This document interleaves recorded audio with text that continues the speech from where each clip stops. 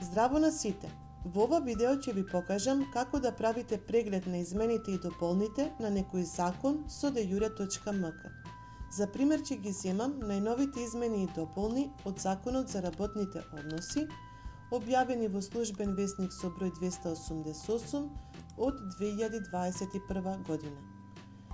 Кога ќе го отворите актот, на почетокот има информационен прозорец во кој што може да добиете информации во кој службен весник и на кој датум се објавени овие измени и дополни, од кога влегуваат во сила, од кога ќе се применуваат, кој е извор, основен акт и имате верзија и на македонски јазик и на албански јазик од овие измени и дополни.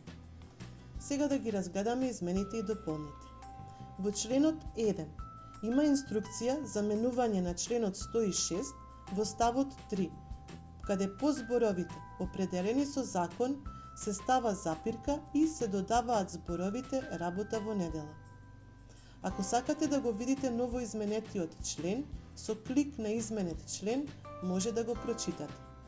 Ако пак кликнете на визуелна разлика, може да видите каква била претходната консолидирана верзија на членот и сега најновата актуелна консолидирана верзија. Значи, визуелно може да видите дека после зборот закон се додадени зборовите работа во недела. Понатаму, во членот 2 има инструкција за измена на членот 134 во ставот 2 кој се менува и гласи: Ден на неделен одмор е недела. После ставот 2 се додаваат 7 нови ставови.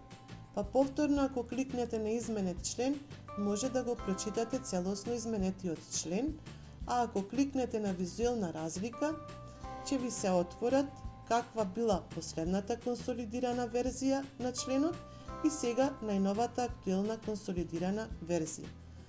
Па во последната консолидирана верзија, членот 2 гласил: Ден на неделен одмор по правило е недела или друг ден во неделата. А во сега консолидираната верзија, ставот 2 гласи: Ден на неделен одмор е недела. И гледате после ставот 2 се додадени уште 7 нови ставови. Во членот 3 има дополна, каде после членот 259а се додава нов член 259б. Тоа беше се за ова видео, ви благодарам за вниманието.